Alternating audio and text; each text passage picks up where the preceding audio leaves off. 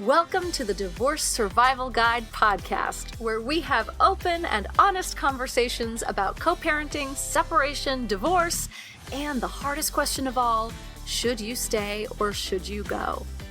I'm Kate Anthony, your divorce survival guide, and I'm here to help you navigate some of the roughest waters you've ever swum in and answer some of your toughest questions.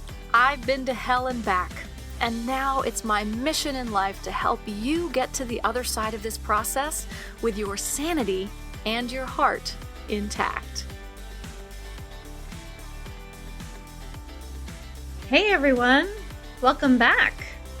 So I'm super excited about today's episode. Matthew Fray has been on my wish list for podcast guests for a really long time. And I was a little bit of a fangirl talking to him today. So Matthew Fray came into my sphere when he wrote, back in 2016, I think, he wrote a blog post called She Divorced Me Because I Left the Dishes by the Sink. And I think that a lot of you guys have read this because I've shared it a bunch. And I know a lot of you have also shared it in my Facebook group. And so Matt has just written a book called This Is How Your Marriage Ends, A Hopeful Approach to Saving Relationships. And it is out now, and I think you should all buy it. If you know anything about Matt and you've ever been to his blog, which is called Must Be This Tall to Ride, you know that his style is irreverent and funny, and he is just an all-around fabulous guy. And so I'm super excited to have him on the podcast today. But before we get into my interview with Matt, I just want to tell you one quick thing, which is normally, I think most of you know, I don't do one-off coaching sessions. I have a coaching package, but for the months of May and June, I am actually going to be opening up my calendar to one-off coaching sessions. These are, I call them Sanity Saver sessions, and Sanity Saver sessions until today have been reserved for people who are in some of my online programs and who need a little like boost of help or have specific questions based on the work that they're doing in my programs. So this is not something that anyone that in the general public has ever been able to book. But for May and June, I'm actually going to be opening them up before I sort of shut down for the summer. July and August, I'm taking off so that I can focus on writing my book because it's due in September. So I got to take some time off. So if you want to book a Sanity Saver session, you can do that. There will be a link in the show notes to do that. If you have Sanity Saver sessions are really for like one specific issue that you're dealing with. And if you should have a specific question or just sort of tell me your general story, and I will help you navigate what the next steps are, create a plan for, okay, this is the conversation and this is how you should have it. Or, yeah, but I think that you should, make sure you have this, kind of person on your team, or yes, this is abuse and this is how you should deal with that, or any number of things, right? I've had clients call me to figure out how to navigate their narcissistic ex and introducing his new girlfriend, and what is her business and what is not her business, and what can she say and not say about this to the kids, how to have these conversations with the kids, all of that. So if there's anything that you're like, God, I just wish that I could just have an hour of Kate on the phone, one-on-one, this is it. You can do it. You can do this now. So Sanity Saver sessions are available now in the show notes on my website. I think if you go to my private coaching page, you will be able to find a link to book a Sanity Saver session. And that's enough of that. So, all right, Matthew Fray, he's a relationship coach and a writer who leans on the lessons of his failed marriage and divorce to help others avoid making the same mistakes that he did. His writing has been featured in the New York Times, the Sunday Times, the Huffington Post, Babel, and many more. His blog, Must Be This Tall to Ride, has a dedicated following and has reached millions of readers. And Like I said, I just adore this guy. I think his voice is so important in this world, in this sphere, and I want everyone to read his book. Men, if you are listening, please buy this book. It is so good. All right. So without further ado, here's my conversation with Matthew Fray.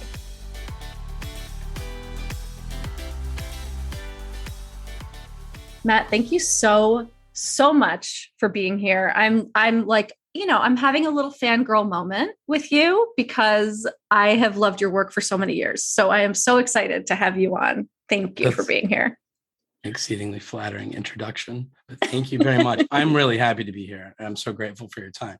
We haven't started, but let's back up to your now very viral blog post.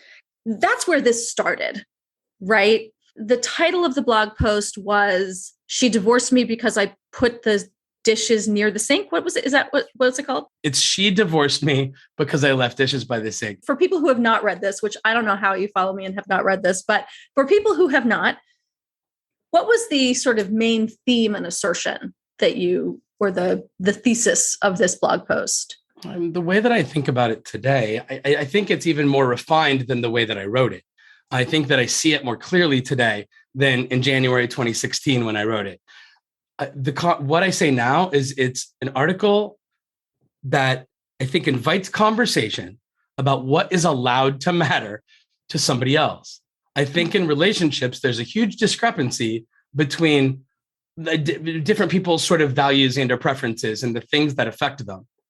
And so, it's my belief today that we accidentally hurt people, that we don't do a bunch of awful things. I don't think there's any mystery why people who do awful things get left and don't have successful relationships. But I do think there's a lot of confusion and a lot of hurt feelings around the idea of, I'm a good person and I genuinely loved them and they left anyway. And it always seemed like they were sort of like unfairly accusing me of hurting them or criticizing or whatever. And I just think the dish by the sink conversation serves somewhat metaphorically in my life. I mean, I did literally do this one drinking glass by the sink, but I assure you, the conversation around dishes was not one of the primary pain points in the relationship. And I love reading people in social media and like internet comments saying, "Oh, there had to be more going on." And it's like, I'm really impressed with their detective skills to infer that. It's really clever of them. Yeah, I hope so. Because so my poor ex-wife gets so much shit from like a bunch of people that like, "Oh my God, that petty, oh, wow, you're better off without her." I get that feedback a lot. Like, wow. Not most of the time, but enough over the years where I'm like, my God, I end up defending her so much in the comments just because I have to. I like her. Right. She's my son's mother. Like, we talk multiple times a day. That's not true. Multiple times every other day when we're doing like sending them back and forth, so to speak. I don't like strangers like giving her shit on the internet, especially when they don't know what they're talking about. So she wasn't some freak who freaked out about a dish, right? It was like a piece of evidence that I was always going to choose what I want and what I thought and what I felt over what she wanted and what she thought and what she felt. That thematically is the condition that ends so many relationships. And the dish is a piece of evidence that I'm always going to win over her. And so she gets stuck either having to subject herself to my bullshit for the rest of her life, or she has to leave. That's the position they put her in. And that's the position so many romantic partners, in the most accurate way possible, I think, women and heterosexual relationships find themselves in this situation. It's not always women, but it sure is the vast majority of the time. And I just think, to be intellectually honest, we have to own that. Well, okay, so let's talk about that. So you have a chapter in your book called Marriage and the Man Card, right? And to me, it's a chapter kind of about male identity, like what is it to be a man, right? And I think this does tie into why this is a cis-hetero relationship issue, right? You and I are very similar in that we are, very, very cognizant of, there are tons of other relationship structures and dynamics. And there is something specific about this cis-hetero relationship dynamic. Can you sort of talk a little bit about what that is and how male identity kind of plays into that? Yeah, but I'd like to start to make it granular about me because I don't like to sound like I think I'm some like sociology expert, 'cause I'm really not. Okay. I'm really great. not. But I Okay. trust people to extrapolate because people are smart.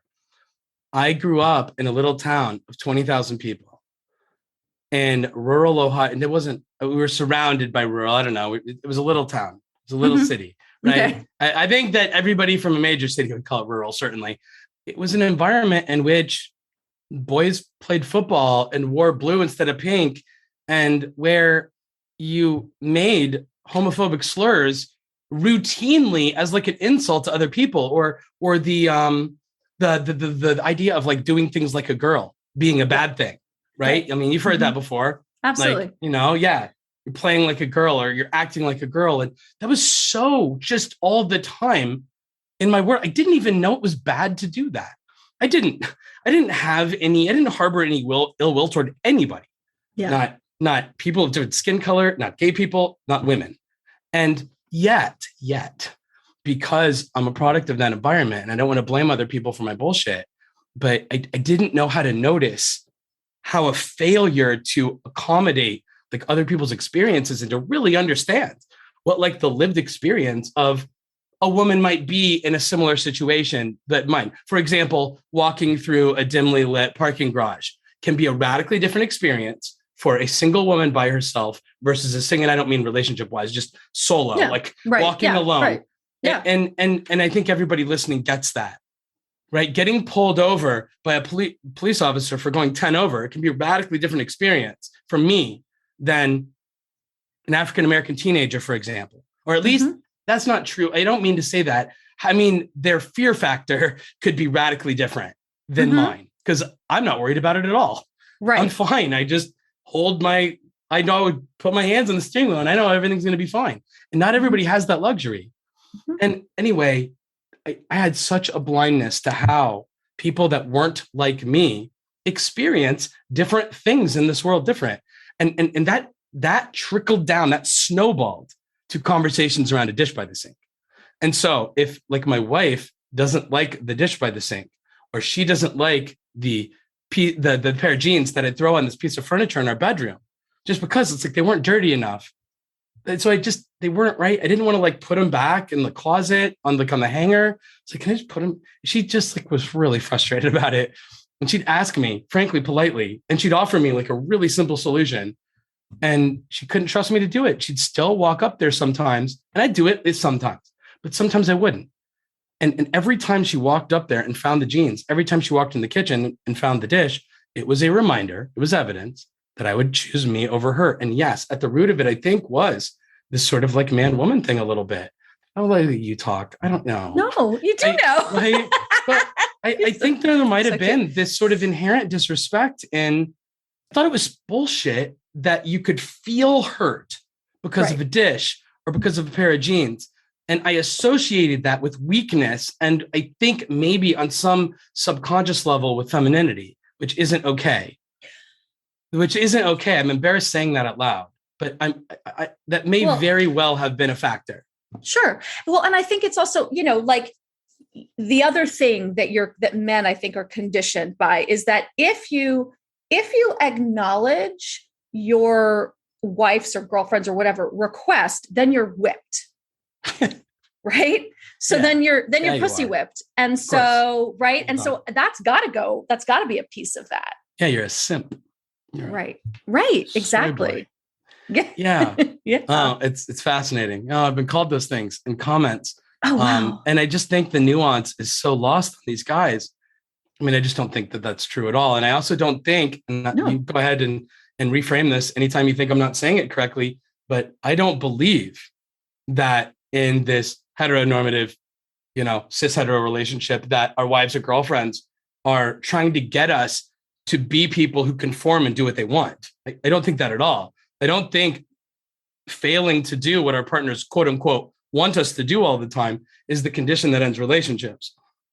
I think that requests for help, requests to eliminate a pain point in a relationship is the thing that gets like rejected. And even if their partners aren't trying to reject it, I think that most people's relationship partners truly want their partner to feel loved and to feel as if you can count on me when you need something to show up for you. But Right. the math result of, I need you to show up for me about this dish, and me saying, that's insane to elevate a dish to a relationship problem. I want to leave it there. And I have a good reason for wanting to leave it there, or whatever. Just whatever stupid thing like people argue about. To me, it is an erosion of trust, because over time, when that's like the default, and that's what always happens when I go to my partner to try to communicate something's wrong, and he or she, but usually he, is like, no, I believe something different. I feel something different, or I can justify the actions I just took. Those are the three ways I think we habitually respond to people. And they're very honest responses. But I think we fail to calculate for the invalidation the other person experiences in that moment. And that over time, over many years, the narrative that forms, this like statistical data sample that tells the story of, when I'm hurt because of something my partner doesn't think I should be hurt about, and I recruit them to try to like change this pain point for me, it always results in being told that I'm dumb or weak, or that they're justified, and that they're not in any way going to change anything. Right. And that's the story of shit relationships, I believe. And it doesn't happen in week one or month one or year one. It happens like after many months and many years together. And we don't recognize it because we're young and cuter and like, right? Like innocent, I mean, not like physically cuter. Right. Like, maybe we are. We don't think it's going to be a problem. Yeah. We just don't think it's going to be a problem. It just seems like another teenage young adult fight, or argument, I should say. And it's fine. Adults should be allowed to have like healthy disagreements about things.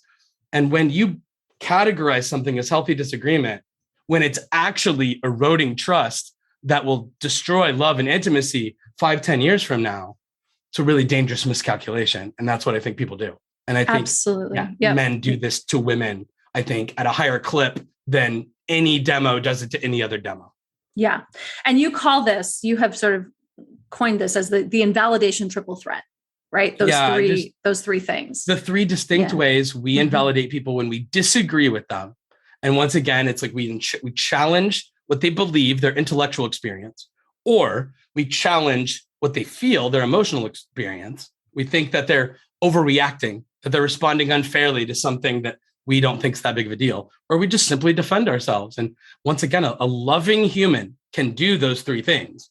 It's not this manipulative, gross, I'm trying to like belittle, invalidate, gaslight, negate, minimize. I'm not trying to do any of that. But I think the math result sure feels like it. Right. I think it can feel like being married to a narcissist. Yes. And I think that this is so important, because in my work, and I work mostly with women, everyone's divorcing a narcissist.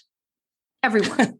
Sure. And, statistically, that is not true. What is it? 5% of the population's narcissistic, approximately? Yeah, I think something like that. Yeah. And also like, there's a spectrum of narcissism, right? So there's there's just normal narcissism. There's more malignant narcissism. And then there's narcissistic personality disorder, which is a whole other thing, right? And so it is statistically impossible that everybody in the world is divorcing a narcissist, but it is statistically, I think, far more accurate to say that women are divorcing men who are not understanding this, death by 1,000 paper cuts that is happening when we say, can you please put the dishes in the dishwasher, not next to the sink? And he invalidates our request. And this also goes to the gender inequity of household labor, which you also talk about in the book. I think you pretty much start the book off there, right? That like, it's not just the dishes, right? It is that we are thinking about all of the things that we have to manage. And then in the midst of all of the things that we're managing, you're just walking in and putting a dish by the sink. And we're like, right? Mm-hmm. With some derpy derp soundtrack in our head. Like I have no idea what's happening, but I promise you it's less chaotic and stressful, probably.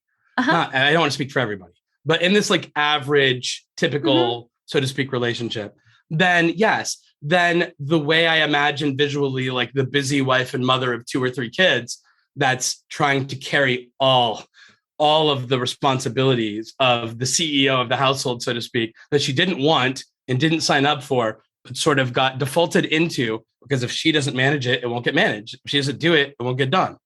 Right. And not only does she resent, right, having to do these things, but she doesn't even, so many guys are like, if you just ask me to do it, I'll do it. And we opt out of shared management of these things. It's like, why is it our wives and girlfriends' jobs to be like orchestra, like the person orchestrating all the things? Like, I don't understand. But again, I think it goes back to the whole like man thing. I think a lot of it, honestly, is just we observed our grandmothers and our mothers. Sure. Societally, if people are, I'm 43. I was born in 1979 in a small town. Yeah. That's what I saw, was my mom taking care of my mom magically. When I opened drawers and I opened my closet, everything smelled great, looked great, and was there for me. And that was my entire life. And until I moved out. And did she ever remarry? Because she did. Okay. Because your both parents my parents remarried. Yeah. Yeah. Yeah. But I mean, your parents got divorced when you were 4 years old. So the fact that she was managing all of that too, right, as a divorced woman, that's crazy impressive. Yeah. My mom's the oldest of 8 who grew up on a 43-acre farm. That wasn't like a working farm. Let's not imagine like milking cows and stuff, but there was still a lot of shit to do. And being the oldest, she like fell into that like quasi mom role. And sure. Yeah. And so anyway, I think that she didn't know any different. Sure. And so she would just like bend over backward to do stuff. And I love her for it. And she's wonderful, but she failed. Blind spot for mom, failed to calculate for what like a shit life partner I was going to be someday, having not developed like the mental and or literal physical domestic household skills. And I imagine a lot of women find themselves married to guys like that on a case-by-case basis. Oh, I mean, absolutely. Absolutely. And you talk about this in your book as the incompetency model for children, right? When their dads are like, oh, I don't know how to do this. This is not, this isn't my domain or whatever. Your mom's better at that. Then like kids think, number one, they think they can get away with stuff by pretending to be, right, do it badly. My son does this all the time. I don't know about yours. My son does this all the time. He's 16 and a half and he'll just like, I'll be like, do the dishes, whatever, and then he'll just do it really badly and think that he can get away with like, well, if I do it badly, then she'll never make me do it again. And, unfortunately, he has me as a mom who's like, get your ass back in here. And actually do the job. Yeah. And actually do the job. Good for all the dishes you are and in him. the sink, but the sink is a disgusting mess. It also requires wiping out the sink, right? Hopefully he'll learn to apply this someday. I forgive him at 16. But hopefully someday he'll learn to apply this to shared domestic life. Right. Mm-hmm, I think one of the biggest ideas for me is that the quality of our lives, like the number one correlated metric to quality of life is the quality of our closest human relationships. And so if they're suffering, everything feels bad. Right. We can have a lot of money and a nice car and a bunch of cool friends and all of that's great. But if like the people that we share, like our lives with, that we intertwine our lives with, if that's really stressful and really painful and really awful, everything sucks. And I just wish people would be very mindful of that idea, A, and then B, become mindful of the fact that a bunch of little things that we're not paying attention to are often the culprit in causing these strained, like bad relationships. And anyway, that's right. As you know, I'm just trying to be the guy that's like, hey, pay attention to all this stuff you're not paying attention to. It matters. Well, and your voice is so important. And I mean, honestly, it really is, because I think that there are not enough people there's a lot of men, I think, talking to men about dating and like how to be a better dude. And like, Mark and Brian Reeves and like all of the people, all of the guys that we follow, right? They're doing wonderful jobs in like the man space. But I think this specific, and, maybe it's just me because I'm a divorce coach and I'm in the divorce world all the time, but I think that the voice about how do we stop this, like midstream, how do men show up as better partners? Because that's what we want, right? Yeah. And I love that you distinguish in the book, right, between they're good people can be bad spouses, right? It's so important to me. Yes, it is. Men show up so defensively. And I think it's because they interpret the negative feedback as like a character attack or a criticism about who they are. It's not a referendum on who you are. It's the same way that if a teacher is like, hey, you could perform this science experiment more effectively, here's how. Or a coach, you can run this football play or this basketball play more effectively, here's how. Or a boss at work, you can perform this job function more effectively, here's how. And right, maybe it goes back to that inherent disrespect where I'm not going to elevate my romantic partner, wife or girlfriend, to the same level of respect I had for my teacher, for my coach, for my boss. But I do believe, like, mechanically speaking, it's an identical thing. It's knowledge and skill building. That's truly. That is. And that might seem like really annoying to like a lot of women where this is sort of like built into their lives and they suffer. I mean, it seems like really stupid, but I really do think there's a lot of guys, and I don't mean they don't know. A lot of people would probably think it's like willful incompetence. It's truly like no one has ever communicated that this matters so much for your future happiness. We've communicated that your physical health and that your financial health and that your ability to gain knowledge and skills in the workplace are so critical to your future not sucking and to staying out of prison and to having a life that like everybody's going to feel good about.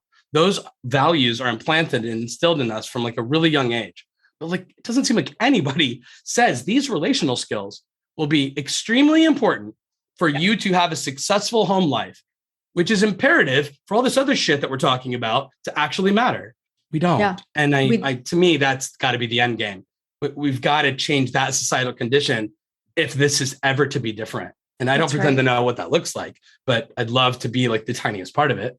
Absolutely. Absolutely. You and me both. Yeah. Like, great. You taught me trigonometry. That's so awesome. Thank you for that. but I have no idea how to be in a relationship. Right. Right. Our education's watching our parents, and most of them weren't awesome at it either. Not because they're jerks. No one taught them. It's like we just keep inheriting not knowing how to do this stuff. We're going to take a quick break to hear from our sponsor today. For over a decade, I've helped divorcing moms put their children at the center of all of their decisions. So whenever I hear about moms struggling to co-parent with an ex that abuses alcohol, I have one system in mind: SoberLink. SoberLink's alcohol monitoring system is the most convenient, reliable, and reasonable way for a parent to provide evidence that they're not drinking during parenting time. SoberLink's real-time alerts, facial recognition, and tamper detection ensure the integrity of each test, so you can be confident your kids are with a sober parent. With SoberLink, judges rest assured that your child is safe, attorneys get court-admissible evidence of sobriety, and both parents have empowerment and peace of mind. Trust the experts in remote alcohol monitoring technology to keep you informed and your kids safe and secure. To download the resource I created with SoberLink, Checklist for High Conflict Divorces, visit soberlink.com/DSG. And now, back to our show. But I think what's interesting too is that I think there's been such an enormous cultural shift in the years since our parents were doing this in the 70s. And, and the way that we've been doing, we're doing it now, that like that model really doesn't work. The model that they were given from the 40s and 50s to the like 60s, 70s, right? That was like, it wasn't the same, right? But it kind of worked. But this overlay now, it's completely out of whack. Right. I mean, it was probably out of whack in the 70s too, but I don't know. So I always tell this story. I live in a house that was built in 1950. And until I built a new garage, it only had one car garage when I bought it. Mm-hmm. And it's because in 1950, the average family home consisted of like dad, mom, and 2 or 3 kids. And dad, you only needed one car because only one person commuted to work every day. Right. And that was like, every house around like this neighborhood, if they didn't upgrade their garage, is just this like single car garage. And which isn't a great selling point in a home in today's society, which I think like more or less, but in the context of people, women are so different in terms of, I think the default was in I don't know, you know this better than I do from like a sociology standpoint, but I don't know when it went from I'm going to get married and I'm going to have children and I'm going to care for my family in the home. Mm-hmm. And that is my vision. I know not everybody thought that back in the day, but that was a very common refrain of young women, particularly from areas like where I'm from, where only 20, 25,000 people lived. At some point along the way, women collectively were like, this is bullshit. Like, I want to be a doctor and a CEO, and I want to make documentary films, and I want to teach, college courses, whatever, all the incredible things that women have done. It's to just get out of this, I don't know, male dominated sort of society that I think we used to have. That I think there's still, you get to tell me, I think there's still a lot of negative consequences of that residual, including what we're talking about in shared domestic lives. But that, on a macro level, I think everybody, I don't know. I feel like my son who's 13, and I hope your son too, does not have any of those sexist blind spots. I don't think my son does. It's so great to watch them, isn't it? All of them. Now, I mean, I live in LA, so where it's much, it's a very, total, liberal, whatever. So I don't know what the kids are doing in where you grew up, but I will say that these kids, they're all gender fluid. They're all, not all of them, but there's just so much acceptance and it's not a big deal. And we let people do this, and then they come back to this, and then they go and it's all fluid, and it's so cool. It's so cool to watch. I love one of my favorite things in life, given my work today, is that person's different than me, but it doesn't make it wrong. That's right. That's such a profound idea that, isn't it? Again, where I'm from, and there's a lot of places like where I'm from that hold on, that retain this notion that different is bad, that different is wrong. And it's really dangerous, and it causes a lot of societal ills. And it definitely F's up our interpersonal relationships when we don't allow other humans to own their lived experiences. And that is my marriage in a nutshell. My marriage in a nutshell was my wife wasn't allowed to think what she thought or feel what she felt, and then feel loved and supported by me when she shared that with me if I disagreed with her. I think, at its core, the dynamic in the relationship that killed us. Right. And I just did it over time. And she kept just trying to be seen and heard. Hey, I'm an actual human that thinks and feels different shit than you. I don't know if there was a magical way for her to have a different vocabulary about it. If she might've been able to break through. I don't know. Or if I go back in time 10, 15 years ago, and I literally speak to my younger self and I say the stuff that I say today, I truly don't have any idea if I would have done anything different or not. Because at the end of the day, I had to hurt to feel compelled I had to feel very uncomfortable in my life to want to do something different to re-achieve comfort. Right. And this was the path. And it's so great, right? Because, your sort of story, right, is that you started this blog because because you reached out to an online or telephone therapist, right? Who was I think you should write. You should sort of get your feel, because you were so angry. You were so bitter and pissed off about this and devastated and torn apart. And then you started writing this blog, and it was through the writing that you actually were able to evolve your experience and understanding. Truly. I've heard people say, there's a famous quote. I don't remember who said it. I don't know what I think until I write it down. And it's brilliant. Yeah. And that's not how I experience it, but I get it though, because the process forces a lot of introspection, and it was so great. And then there's so much value in the feedback that the internet provides. People used to just write, and sometimes nobody would see it, or you'd send it out into the world, and there was no really way for anybody to provide feedback.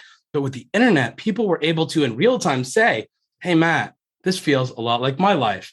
Here's this other way to think about it. Or, hey, the way that you're starting to talk about this sounds a lot like Terry Real's work, sounds a lot like John Gottman's work, sounds a lot like Marshall, I think it's Rosenberg, who wrote Nonviolent Communication. I hope I'm not getting his name wrong. And it was so then I have these resources that get to follow up and figure out what the psych community, what the academia community has discovered about these things that I'm talking about in what I always think of as regular guy speak. Yes. And I just try to bridge that gap between the textbook version and just the way that I like to say it. Yes. And I think that's great, because I do think that there is this sort of heightened intellectualism about some of the works that you're named, right? And your approach and your writing is so accessible and makes so much sense that, I think it can be more transformative, right? I'm not going to read this tome on, the science of relationships, but I'm going to hear this dude talking who sounds like me and feels like me. I can get with that. It's a really kind way to say that I'm infinitely dumber than all of those brilliant guys and people in that space. However, but it has merit. Like I was a journalist. I was a journalist, and they say write for an 8th grade audience. Mm-hmm. And it has power. And Hemingway held up as one of the finest writers, and it was like simplify.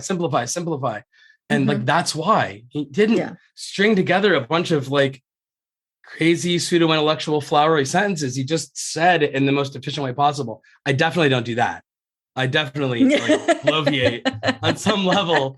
Brevity is not my strong suit, but I really do try. I try to say it how we would say it if we were having whiskey together at a bar. Like, and that really does break through for a lot of people. I think particularly guys, if we're going to be stereotyping a little bit, like guys, quote unquote, like me. Yeah. And that doesn't mean we're the same dude at all, because nobody is, but where they maybe grew up with the same beliefs I had, and then they find themselves having the same conflict patterns with their relationship partner. And then sometimes he or she will discover my work and say, wow, this is exactly like what we were experiencing. And this seems to be a more effective methodology for communicating it to him than, forgive me for implying that my book's somehow superior to, like, I'm not Gottman or Real or any of these guys. It's not better. It's just different, and sometimes different to useful because somebody will pay attention to different, maybe, if they won't pay attention to the superior, actually smart people stuff. I think you're right. And it's like, also like the Gottman books, those books are like the ones that their wives like put on their nightstand and are like, you need to read this. And then they're like, I'm not reading that. Fuck you. Right? It's basically what I did. I just didn't say that. I didn't literally say it, but I behaviorally did it. Right. Right. Because you didn't read it. So basically what you're saying is fuck you. Mm-hmm. I didn't read the baby books. Yep. And I didn't read the relationship books. She only asked me a couple of times. She asked me to read 5 love languages. Mm-hmm. She asked me to read Men Are From Mars, Women Are From Venus, which I don't love because I don't like the like male, female, Mars, Venus dichotomy. But it would have been useful. It would have been, even though like I reject that framing now. I think it's outdated now. It is, but I think it accidentally represented us because we fit that like total heteronormative like vibe. So it might have worked. But the point was, I didn't read it, even though she asked me to. It was bad. And that's such a huge complaint that we all have, that we read all the books. And then when we ask you to read the books and then you don't read the books, so then we like cliff notes them for you and we tell you things, then we're being nagging and bossy and controlling. Every man is like, I'm not buying your shit book. I deserve it. It's my penance for like not reading those books in my marriage. That's honestly how I feel about it. So, okay, you identify in your book too 4 key relationship skills. So we have relationship skill number 1, choosing safety and trust over being right. So I have already at this point in the book talked about this idea like a couple of different times, and I've been accused of being repetitive, but the people that say that default to validating empathetic responses in their life. I know they do. And they don't understand. I really think they have a blind spot to the fact that there's a lot of guys out there like me, that the way to learn is to have ideas that they've not thought about before reinforced for them.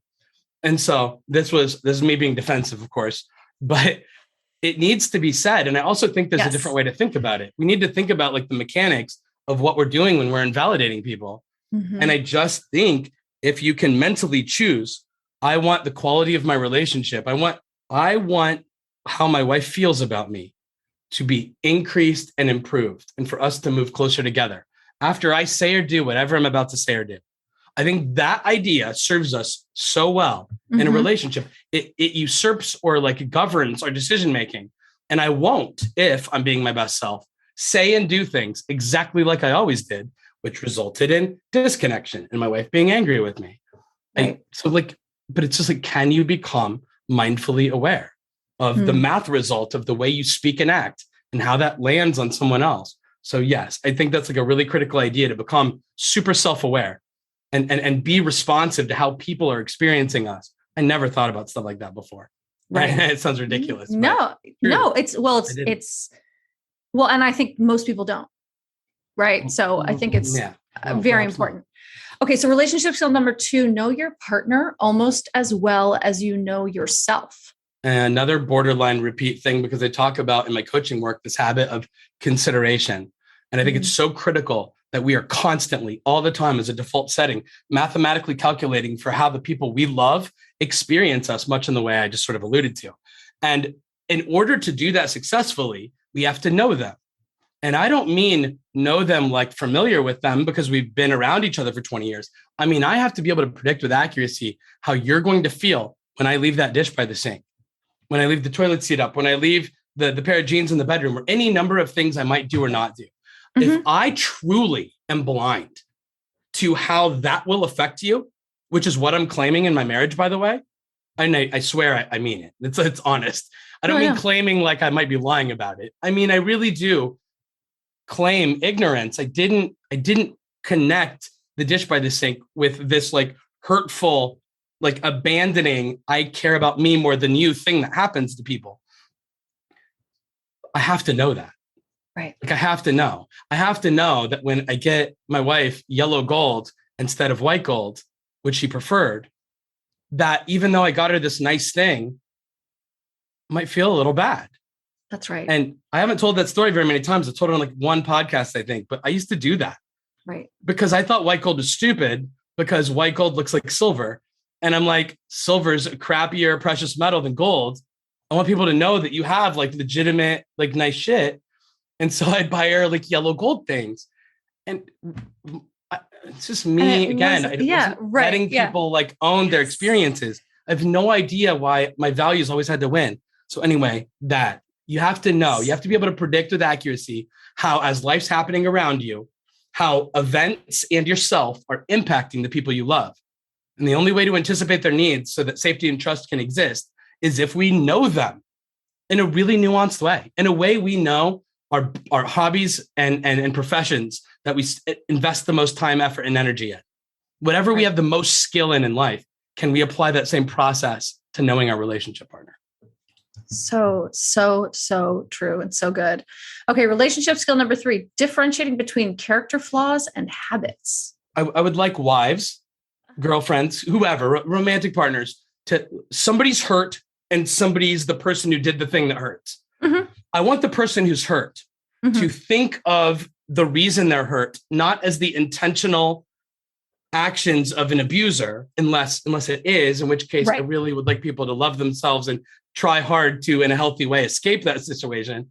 But most of the time, right, it's like this like accidental wound, as I describe it in the book.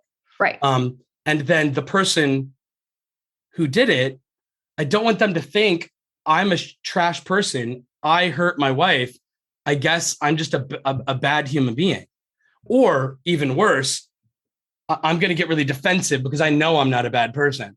And so I'm not going to allow like this feedback about my behavior. I'm not going to accept it because it sounds like I'm being attacked. I'm just going to defend myself and invalidate them. When we differentiate between the idea of a character defect versus a habit and realize the math result can be the same. We talked about it earlier, narcissism. 5% of people ballpark are narcissists. People that are with them will feel like they're dating a narcissist or married to a narcissist. Some huge other percentage of people will be dating or married to people that aren't narcissists. But the math result of the shit this guy does, people just like me will feel virtually identical to being married to or dating a narcissist. And that's what I want people to accept responsibility for. If we're going to claim to truly love our relationship partner, and I do claim, I assert strongly that I loved my relationship partner, but I did not accept responsibility for the quote unquote math results of my actions, of my behavior. And I was so busy defending my character that I didn't think about my habits, that I didn't think about my actions. I can't change my character. I'm just me. I mean, I think maybe. And I'm a good person, right? You talk about how it's like, you were like, your defense was like, I'm a good person. I'm not trying to hurt you. As opposed to, oh, you're hurting. It has nothing to do with me being a good person or not. It's something that I did that hurts you. It's the math result of this thing. Yeah. So how about I do a different thing now? because I would Right. never want you to be hurt, because I want you to be able to trust me. I want you to know you can count on me. I want you to know that even though I don't try to hurt you on purpose, I'm still going to be a safe, trusting, supportive person when you're hurt by accident. I'm still going to accept responsibility for that. I want to know about it. Please tell me, because Right. I never want you to feel that because of something I'm doing or not doing. Like, and that's just this massive shift in like my mindset and my behavior from who I was 15 years ago in my marriage. Yeah. And again, the math result is like, if I'm saying to you, something you're doing is hurting me, and your response is, I'm a good person and I don't mean to be hurting you, so you shouldn't be hurt, then actually what I now feel is that you actually don't care about me, that I'm actually not important to you. I care more about my feelings. Yeah. Yeah. Yeah. Obviously. No, I mean, I think that's true. Yeah. Even though we like still sort of philosophically claim to like truly love the other person, it's a minefield. You can say that over and over and over again, but yeah, if I don't feel it, doesn't matter. I strongly agree. So, okay, relationship skill number 4, arguing or criticizing effectively. How do we do that? Yeah. And so for me, it piggybacks on that very idea. If I recognize that somebody's like character isn't the thing, that it's a habit thing, I think I'm going to disassociate character from the conversation. But no, I'm just remembering, I'm remembering that chapter now. More specifically, there's like this like 4-step process that Daniel Dennett outlines as being an effective way to like disagree with somebody. And he makes the case in his book that I can't like name off the top of my head. It's like Intuition Pumps and Other Tools for Thinking, something like that, where he says, in a disagreement with somebody else, in a debate with somebody else, the aim should not be to conquer, but to arrive at truth. Can our goal when we're having a disagreement be for us to mutually arrive at truth together? I know that that's what I want today. I do not value winning, especially if I'm like wrong afterward, especially if I believe some like trash thing that's going to actually cause me more harm or keep me ignorant, whatever. I absolutely want to be corrected if I'm mistaken about something. And I think I have the humility at age 43 today to show up effectively in a relationship. Whereas this, I was so certain in my correctness. And then he goes through the 4 steps and I can't name them, but I think just philosophically, it's so critical to think about arriving at truth together. But I know the first one is the ability to make someone else's argument for them so clearly and so concisely that they actually thank you for putting it in such like a great, simple, easy to understand way. And I make this point all the time in relationships. I don't think, and it goes back to like knowing our partner. It really truly goes back to that section on knowing our partner. I don't think we can sit in front of like a marriage counselor most of the time, the royal we, and tell the story of our marriage from our partner's perspective and say, this is what she or he feels day in and day out. This is how they experience our marriage. This is how they feel. This is how this thing 10 years ago factors into it. This is how my behavior today and my habits and my words roll downhill and affect them. And then we say that out loud to this stranger. And then the person agrees. They're like, holy shit, they totally get me. Like that never happens. We never happens. That's right. Know how to effectively, accurately convey the experience of someone else in a way that they say, absolutely. And if we can do that, 2 things happen. 1, we know our partners effectively enough to meet their needs in real time.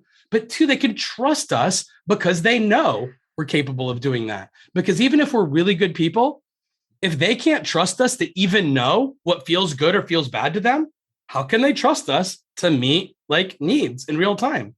It doesn't matter how awesome someone's character is. If the math result of shit they do hurts you, you're going to question your desire to be with them. And I think it makes a lot of sense to do that if you have a healthy sense of self-love and respect. And I also think that one of the barriers to people being able to do that, or even, wanting to do that, is that if I put myself in my partner's shoes and I express what it must be like to be in this relationship with me, then I've lost and they've won. Right? Because now if I'm able to empathize or say what it's like to be in a relationship, then I'm actually admitting something, right? That I'm giving up my power or my control in this relationship dynamic. So it becomes about winning or losing, as opposed to, as you said, arriving at truth. Does that make sense? Yeah, I'm just not smart enough to have thought about it that way before. I think it's brilliant, but I also, I can't remember me 10 to 15 years ago. I can't. I want to desperately, but I can't. And so the truth is, I don't know how to remember the degree to which I don't remember me as being somebody that would say, yeah, I definitely want to just win at the expense of my wife.